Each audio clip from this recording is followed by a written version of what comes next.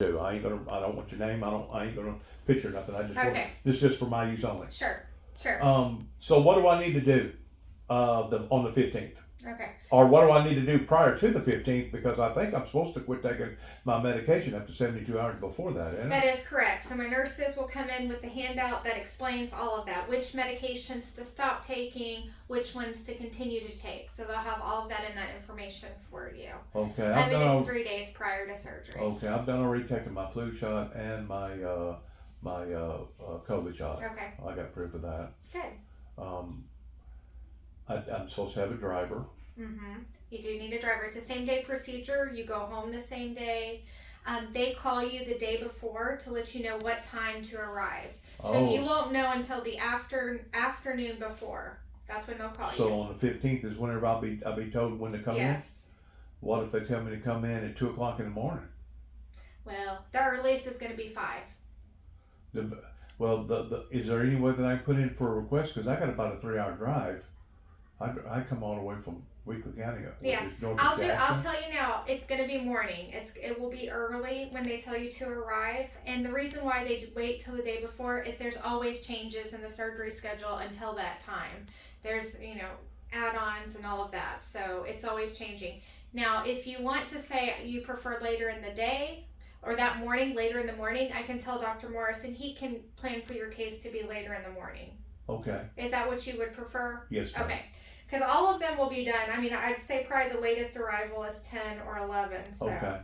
that sounds good, just to Okay. make you later in the morning. Right. So yeah, I mean it's a 3-hour drive Sure. here to Martin, Tennessee, where I'm from. Okay.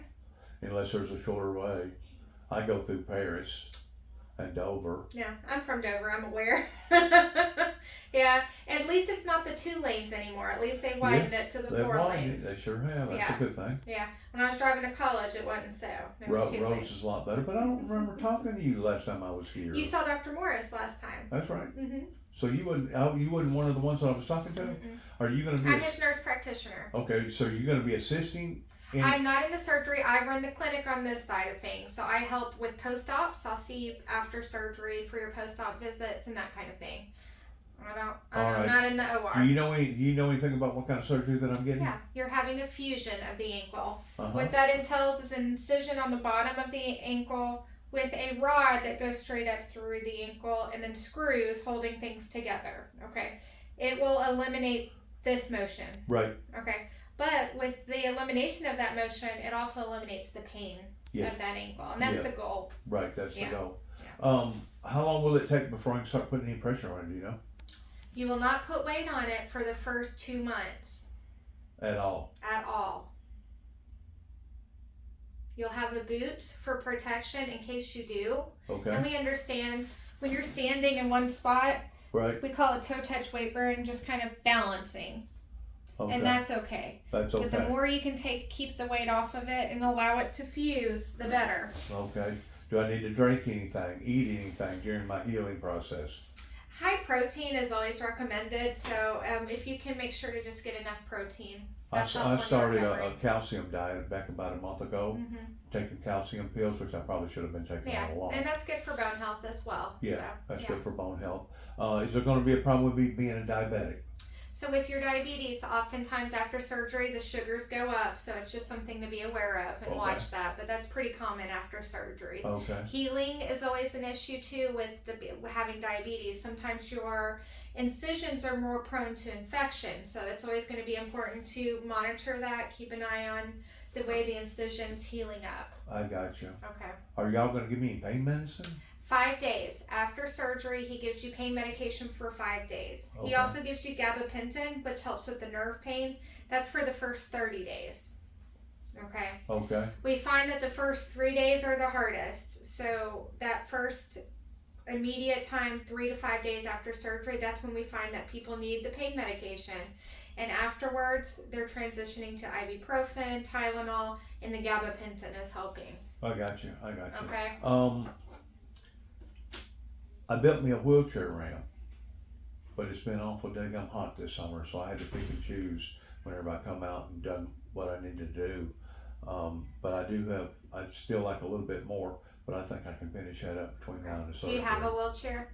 I do have a wheelchair. Okay, I bought a brand new wheelchair. good. Just went ahead and bought it myself. I'm not going to have to be wheelchair bound, am I? Well, it's just because you're not putting weight on that. It just depends on what's the easiest way for you to get around. So, a walker. Do you have a walker? I don't have a walker. Okay. A walker would be a good idea for you to have because as you're getting around, you have that stability and you can swing through with this foot, toe touch, weight bear. Can y'all give me a walker? Can you? Yeah, I'll give you an order. Okay, give me an order. Can I get that filled before the operation? Yeah. Okay. There was question about me going to like home care, like for the first 5 days. Mm-hmm. How do we set that up? Providing that would be Having nursing come to the house. Yeah. Okay, that's something that case management works with after surgery. Okay. So they'll talk to you about if that's something that would benefit you. So Okay. that's how they do that. Because I'm probably going to have that. Most of our folks will have somebody come out to the house, so they'll ask you about that, and they'll also see what agencies are close to you because you don't use a lot of the agencies we're used to around here. Right. At 62, I guess because of my weight, it helped to finish that left injury off of me falling off of a 4-story building and crushing both ankles and crushing 3 vertebrae in my disc and my lower part of my back and breaking both arms. I guess, from the age of 19, from my age now, I got about 40 years worth of usage out of it. They went ahead and they fused this right ankle, but they said at the time, whenever they done it at Campbell's Clinic, that they didn't want to do both of them because they know that the right one, first of all, was damaged more, and they said that it would be more difficult for me to learn to walk all over again. Oh, sure. The recovery would be very hard to do both of them at the same time. Would it really? Yeah, just because you wouldn't have a good leg to stand on. You don't have, now if doing the left side, you're able to use the right leg and put all your weight down on it. Yeah, it took me a while though to learn how to, to be able to move the arch of the foot. Yeah, and you're using that midfoot to move it. Yeah. Right. It took me a while to learn how to do that.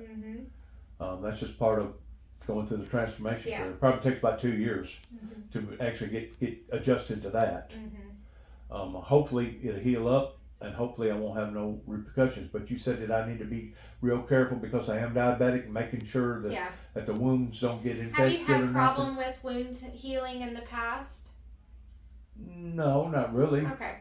That's usually a good indicator too. So if you've not had problems in the past, it may not be a problem for you. But with our diabetic patients, we're more mindful that it can be harder. Especially on the feet. Yes. Especially on the feet. The lower extremity doesn't have as good of blood supply, and plus you have some neuropathies and numbness, and so it's important to. Do you live alone? I do. Okay.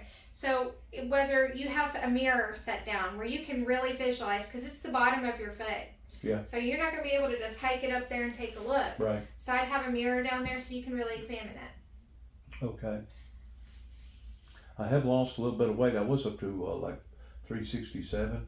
I'm like down to about 320 now. So I have lost some weight working hard this summer. I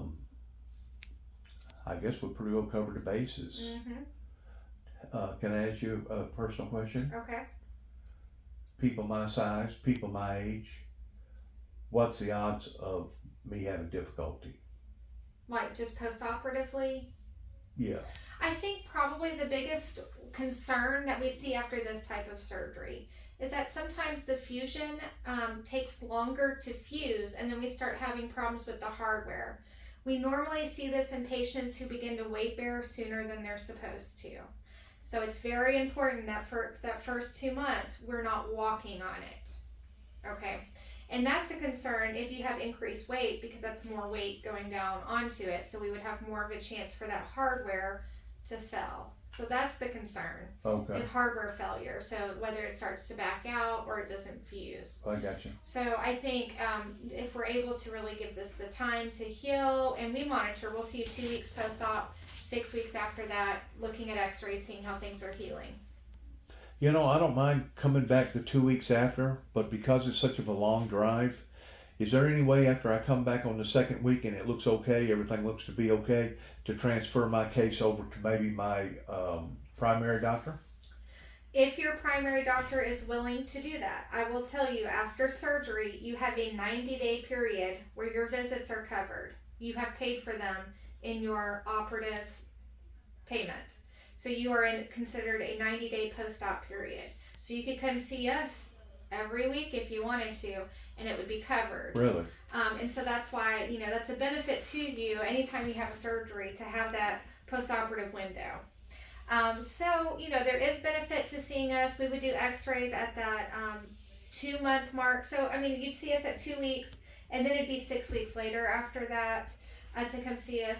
After that, if things are looking really good, I would say I'd be more apt to say you could follow up with your primary. But we're still pretty concerned about you in those first 2 months. We want to see how things go.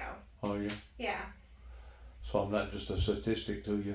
No, I want to know you're doing well. If you just never came back, I'd say I wonder how he's doing. Right. Okay, how about finance part? Y'all got a contract with the people that I have a contract with pertaining to my insurance? Yeah, we have our biller. Monica is our biller. She'll reach out to you to discuss what that looks like as far as payment, what's covered, what's not, all of that. She'll go over all I'm of under that. the assumption that everything's going to be covered. And that may be the case. Yeah, everyone's insurance is different. I really don't have a lot to deal with that portion of it. You're not in the administration part? Mm-mm. All right. Kind of glad to not be involved in that part. That's the more serious part. Well, I'd like to say what we do is the more serious part, but the money is serious. So yeah. Oh yeah. Monica does a good job of handling all of that. Is my initial going to be just for the doctor's pay, the anesthetic pay, or the hospital pay, or is it going to be all of it? Or is she going to discuss all? You're this right. That's coming from 3 different areas. That's right. So you'll be contacted from Tenova as well, so their billing department, and they will talk to you about anesthesia and the hospital payment, and whether it's covered. It should be covered, but you should have these conversations. These people will reach out to you. Okay, they'll reach out to me. All right. Well, that sounds cool. Sounds like we've covered everything. All right. Let me have my nurses give you your handout, and they're going to go over the medication part of it. Okay. Okay? Amanda, thank you very much. All right. We look forward to helping you. Thank you. Bye.